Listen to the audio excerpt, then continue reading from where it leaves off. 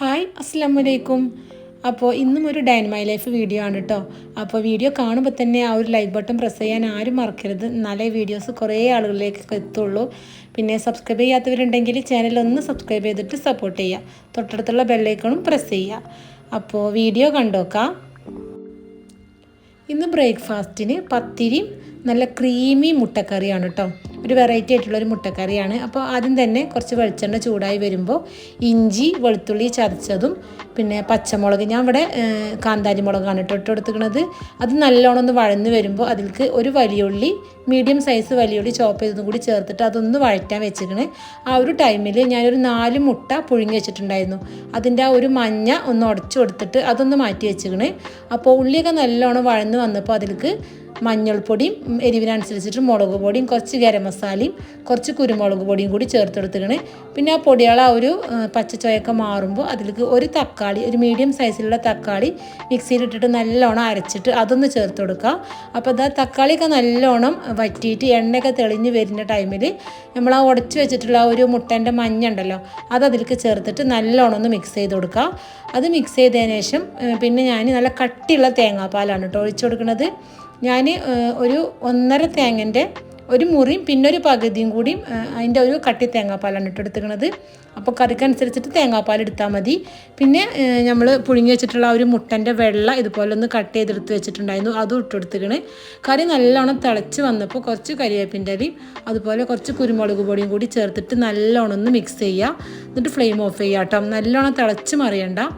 അപ്പോൾ അതാ നല്ല ക്രീമി ആയിട്ടുള്ള നല്ല ടേസ്റ്റി ആയിട്ടുള്ളൊരു മുട്ടക്കറിയാണ് കേട്ടോ. പിന്നെ ഈ ഒരു മുട്ടൻ്റെ മഞ്ഞൊക്കെ കഴിക്കാത്തവർക്കൊക്കെ പറ്റിയിട്ടുള്ളൊരു കറിയാണ്.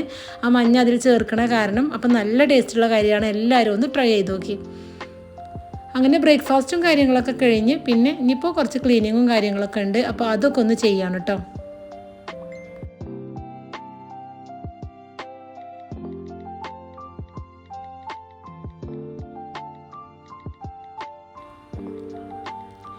ഇത് പിന്നെ ഇന്നലെ വൈകിട്ട് ഞാൻ ചെടികളൊക്കെ ഒന്ന് നനക്കാൻ വേണ്ടിയിട്ട് എടുത്ത് വെച്ചതായിരുന്നു. അപ്പോൾ അതൊക്കെ ഒന്ന് ഹാങ് ചെയ്തിടുകയാണ്. പിന്നെ നമ്മൾ ഈ ഒരു ഇൻഡോർ പ്ലാന്റ്സ് നമ്മൾ എപ്പോഴും നല്ല ഡ്രൈ ആയതിന് ശേഷം മാത്രമേ ഉള്ളൂ കേട്ടോ നനച്ചു കൊടുക്കാൻ പാടും. അല്ലെങ്കിൽ അതിൻ്റെ ആ ഒരു ലീഫും കാര്യങ്ങളൊക്കെ യെല്ലോ കളറാവും.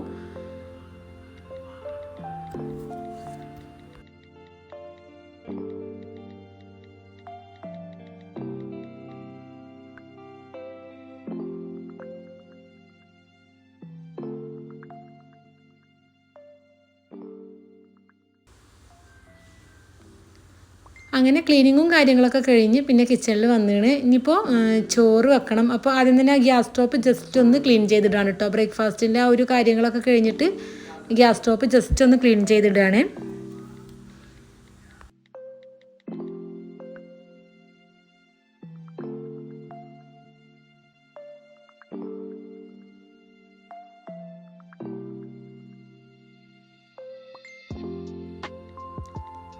ഇനിയിപ്പോൾ ഇത് തിളച്ച് വരുമ്പോൾ റൈസ് കുക്കർക്ക് ഇറക്കി വെക്കണം.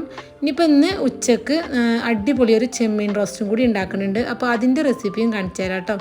അപ്പോൾ ആദ്യം തന്നെ ഞാൻ 1 കിലോ ചെമ്മീനാണ്. അതിലേക്ക് ആവശ്യത്തിന് ഉപ്പും എരിവിനനുസരിച്ചിട്ട് മുളക് പൊടിയും മഞ്ഞൾപ്പൊടിയും കുരുമുളക് പൊടിയും ചേർത്തിട്ട് നല്ലോണം ഒന്ന് മസാല തേച്ചിക്കണ്. ഇനിയിപ്പോൾ നമ്മൾ ഈ ഒരു ചെമ്മീൻ ബട്ടറിലാണ് കേട്ടോ ഫ്രൈ ചെയ്തെടുക്കുന്നത്. അപ്പോൾ ആവശ്യത്തിന് ബട്ടർ ഇട്ട് കൊടുക്കുക.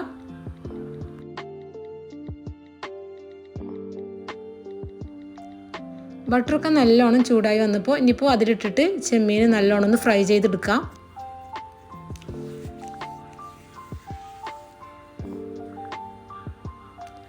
ഇതാ ചെമ്മീനൊക്കെ ഫ്രൈ ആയി വന്നിട്ട് ഇനിയിപ്പോൾ അത് ആ ഒരു പാനിൽ നിന്ന് മാറ്റാം.